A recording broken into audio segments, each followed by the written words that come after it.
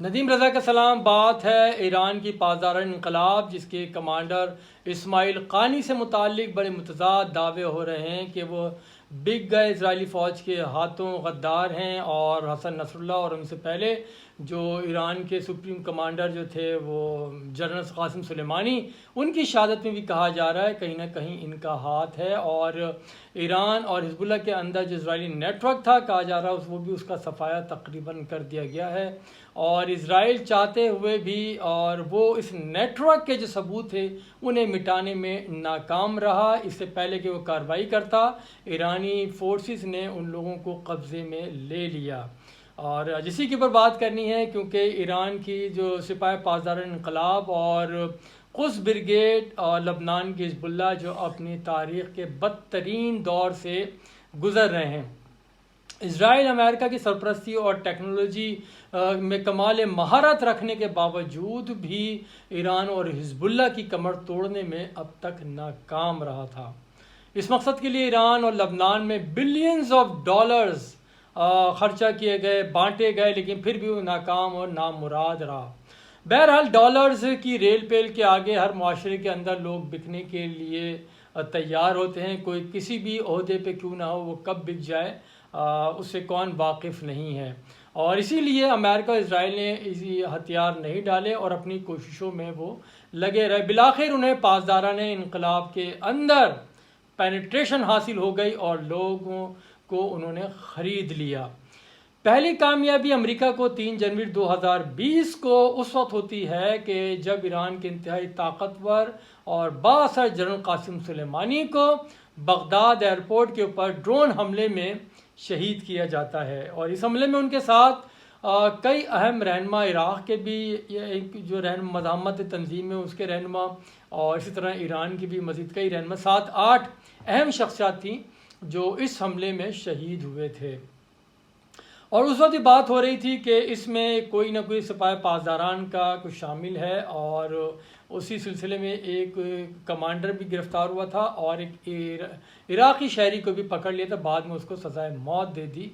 گئی تھی۔ تو یہاں سے آغاز ہوتا ہے ان کی اسرائیل اور امریکہ کی پینیٹریشن کا سپاہ پاسداران انقلاب پاسداران اسلامی کے اندر، اور یہی گیم یہاں سے آن ہوا اور یہ سلسلہ چلا گیا، پھر یہ حماس اور حزب اللہ اور پھر اسماعیل ہانیہ تک یہ جا کے پہنچتا ہے۔ تو آج اسی سپاہ پاسداران انقلاب کے کمانڈر اسماعیل جو قانی ہیں، ان کی وفاداری اور غداری کی باتیں زبان زد عام ہیں۔ یہ حقیقت ہے یا افسانہ، اسی پہ بات آج کرنی ہے۔ ایران کی قدس فورس کے کمانڈر اسماعیل قانی کی وفاداری پر سوالات شدت سے اٹھائے جا رہے ہیں کہ کچھ باتیں ہیں بھی، بہرحال ایسی اسرائیل نے ان کی موت کے دعوے بھی کیے، اور پھر رپورٹس آئیں کہ قانی زندہ ہیں لیکن زیر حراست ہیں، جس سے قیاس آرائیوں میں مزید اضافہ ہوا۔ اور یہ بھی کہا گیا کہ شام میں جو اسرائیل نے حملے کیا تھا ایرانی تنصیبات کے اوپر، اس حملے میں قانی کی بھی شہادت ہو گئی ہے یا وہ زخمی ہوئے ہیں۔ کبھی خبر آتی ہے کہ بیروت میں حزب اللہ کے سرکردہ رہنما کے ساتھ قانی اسرائیل بمباری میں مارے گئے ہیں، پھر خبر آتی ہے کہ اسرائیل کے ساتھ مبینہ تعاون کی ان سے تحقیقات کی جا رہی ہیں۔ یہ پیرالل کئی چیزیں ایک ساتھ چل رہی ہیں، اور پھر یہی بات ہے جو غالباً حکمت عملی کے تحت پھر ایرانی حکام نے بھی متضاد اطلاعات وہ میڈیا کو فراہم کی، کیونکہ قانی کی زندگی میں حزب اللہ اور سپاہ پاسداران کی سانسیں باقی ہیں۔ اسرائیل کی پوری کوشش ہے کہ وہ اپنا رہا سہا باقی نیٹ ورک بچانے کے لیے قانی کا قصہ تمام کر دے، لیکن ایران کی جو پاسداران ہیں ان کو پتہ چل گیا اور انہوں نے قانی کو کہتے ہیں اچک لیا۔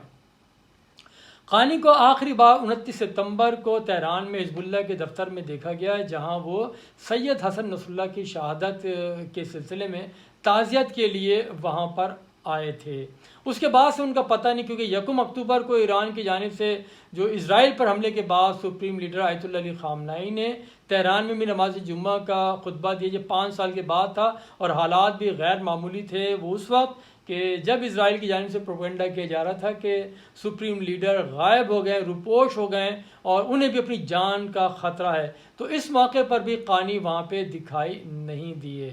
اور پھر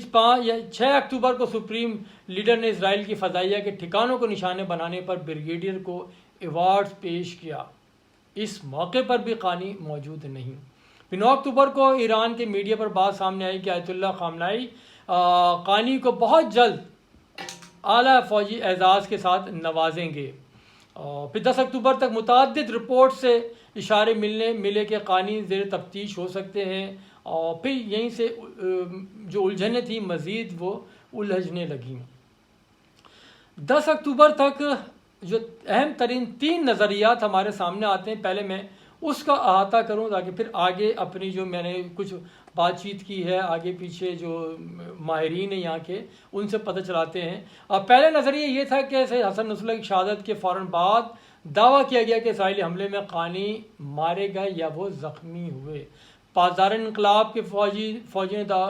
دعووں کی تردید کر دی کہ ایسا نہیں ہے۔ پھر 5 اکتوبر کو اسرائیل نے بیروت کے مضافات میں ایک عمارت پر حملہ کیا، یہاں حزب اللہ کی ایگزیکٹو کونسل کے سربراہ اور ممکنہ طور پہ سید حسن نصراللہ کے جانشین ہاشم صفی الدین نشانہ تھے۔ اسی دوران یہاں قانی کی موجودگی سے متعلق بھی اطلاعات باہر نکلیں کہ شاید قانی بھی مارے گئے یا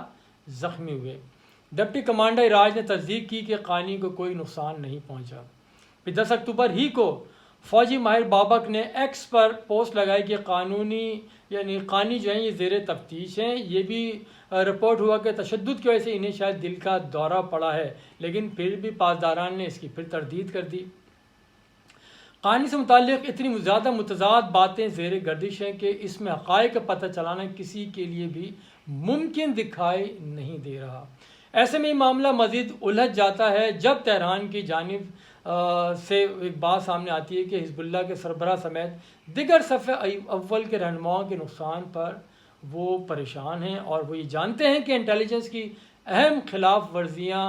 ہوئی ہیں۔ اس کا اعتراف بھی انہوں نے کیا ہے، اور غالباً یہی وجہ ہو سکتی تھی کہ قانی آکٹوپس بن چکے ہیں جس کا کوئی سرا نہیں مل رہا۔ ویسے بھی جنرل قاسم سلیمانی کے بعد ایرانی سائنسدانوں، حزب اللہ، حماس اور شام میں بڑھتے ہوئے حملوں نے بھی پاسداران انقلاب کی ساکھ کو بری طرح نقصان پہنچایا۔ قانی شاید اسلامی انقلاب گارڈز کی قیادت کو سنبھال کے نہیں رکھ سکے، قاسم سلیمانی کا خلا بھی وہ پر نہیں کر سکے، اور یہی وجوہات اور پھر اس کے بعد جو چیزیں سامنے آتی ہیں وہ ایک الگ ہیں۔ قانی پر شبہ ہے کہ وہ اسرائیلی انٹیلیجنس کی دراندازی میں ملوث ہیں، اور سید حسن نصراللہ کے قتل میں بھی ان کا کردار ہے۔ حزب اللہ کے قریبی ذرائع بھی کہتے ہیں کہ نصراللہ اور دیگر رہنماؤں کی مخبری سپاہ پاسداران کے اندر ہی سے ہوئی ہے۔ قانی سے متعلق کہا جاتا ہے کہ وہ گھر پر نظر بند ہیں۔ سپریم لیڈر آیت اللہ علی خامنہئی کی زیر نگرانی قانونی ٹیم ان سے پوچھ گچھ کر رہی ہے۔ بعض رپورٹس کے مطابق نصراللہ کے جانشین ہاشم صفی الدین پر بیروت میں جہاں حملہ کیا گیا تھا وہاں قانی کو بھی میٹنگ کے لیے موجود ہونا چاہیے تھا، لیکن وہ وہاں نہیں گئے۔ یہیں سے کہانی کا رخ چینج ہوتا ہے اور بڑا ایک ٹوسٹ آ جاتا ہے،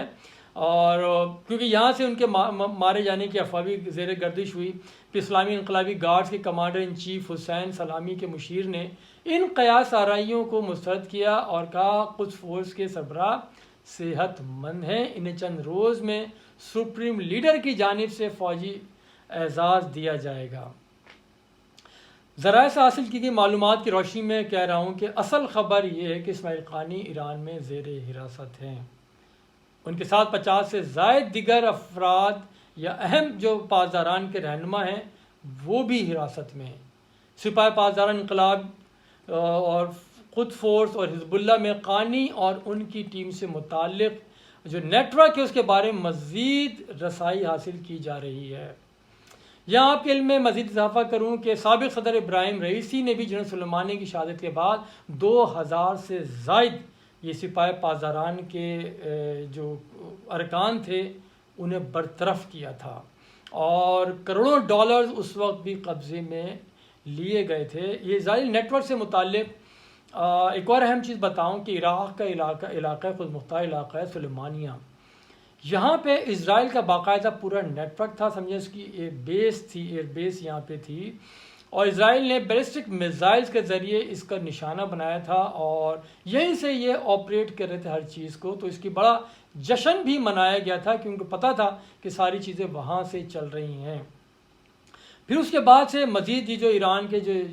جوہری سائنسدانوں کو مارا جانے لگا وہ ساری چیزیں، تو اس میں اسی لیے، اور پھر اسماعیل ہانیہ کی شہادت ہوتی 31 جولائی کو، اس کے بعد ایک بڑا طویل بریک ڈاؤن تھا، اور 2 مہینے کے بعد وہ بھی 1 اکتوبر کو پھر بدلہ لیا جب حسن نصر اللہ کی بھی شہادت ہو گئی ہے۔ تو اس دوران ایران اپنی تحقیقات تفتیش کر رہا تھا، اور میں اس وقت بھی میں نے کہا تھا کہ ایران ضرور کھوج لگا رہا ہے پورے، جب تک کہ وہ اس کی روٹس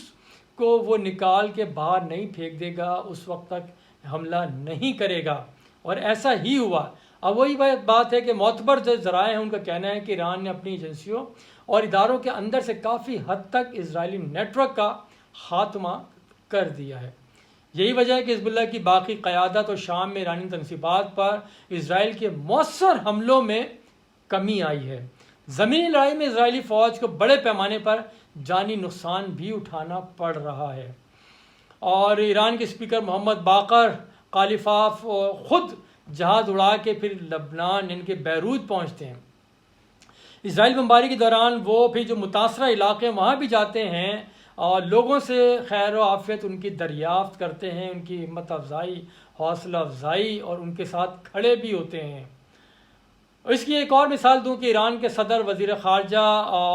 بھی خطے کے اندر آزادانہ طور پہ پھرتے رہے، وہ سعودی عرب بھی گئے، دوحہ بھی گئے، بیروت بھی گئے،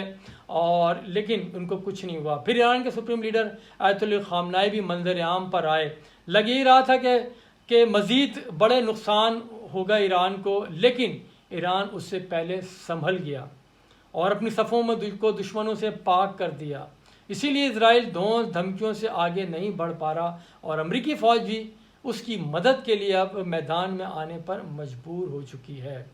تو آنے والا وقت وہ یہی بتا رہا ہے کہ یہ دوبارہ حزب اللہ کھڑی ہوگی، اور جو ایران کی سپاہ پاسداران ہیں وہ اسی لیے سفارتی مہم کے اوپر موجود ہیں، ہر میدان کے اندر موجود ہیں، اور اب جس طرح سے انہوں نے پورے قانون گرفتار کیا ہوا ہے، ان سے تحقیقات ہو رہی ہے، جو نیٹ ورک کو پل کو پورا جڑوں سے اکھاڑ دیا ہے، اور یہی وجہ ہے کہ اسرائیل کی جانب سے اب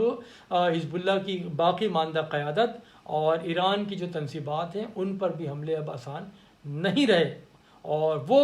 صرف دھونس اور دھمکیوں سے آگے بڑھنا نہیں چاہ رہا۔ اور میرے خیال میں یہ ہے کہ اب وہ امریکہ کے زیر سرپرستی وہ مزید وقت لے رہا ہے کہ کس طرح سے اگلی چال چلی جائے، لیکن اس سے پہلے کہ وہ اپنی چال چلتا، ایران نے اس کی وہ چال کو بھی ناکام بنا دیا ہے۔